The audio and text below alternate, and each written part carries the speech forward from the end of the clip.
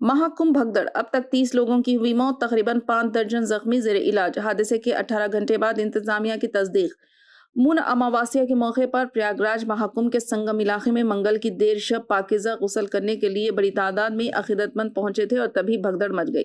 इस भगदड़ में अब तक 30 लोगों की हलाकत की तस्दीक यूपी इंतजामिया ने कर दी है। साथ ही तकरीबन 5 दर्जन अफराद के जख्मी होने की जानकारी भी अफसरान ने दी है, जिनमें बेशतर अब भी जेर इलाज है। हालांकि गैर मुसद्दिका खबरों में तो हलाकतों और जख्मियों की तादाद कुछ ज्यादा ही बताई जा रही है। हादसे के तकरीबन 18 घंटे बाद भगदड़ में 30 लोगों की मौत कंफर्म करते हुए police deputy inspector general Vaibhav Krishna ने चाशमे की शाम नामा निगारों को बताया कि इस हादसे में दिगर 60 अफराद जख्मी हुए हैं। इन्होंने ये भी मुताला किया कि महलूकीन में से 25 लोगों की शनाख्त की जा चुकी है, जबकि 5 की शनाख्त अभी बाकी है। इन्होंने 36 जख्मियों का अब भी मुख्तलिफ हॉस्पिटलों में इलाज जारी रहने की जानकारी भी मीडिया को दी है। इस दरमियान जख्मियों और हलाकतों की सही तादाद से मुतालिक अब भी कई तरह के सवाल उठ रहे हैं। गैर मुसद्दिका ज़राए और मौके पर मौजूद बहुत से लोगों का कहना है कि महलूकीन की तादाद बहुत ज़्यादा हो सकती है। हालांकि DIG वैभव कृष्ण ने एक तहरीर करदा बयान पढ़कर महज 30 हलाकतें बताई है और ये बयान गालिबन तवील सलाह व मशवरे के बाद तैयार किया गया था। जिस तरह से इन्होंने मीडिया के सामने पढ़कर बयान दिया,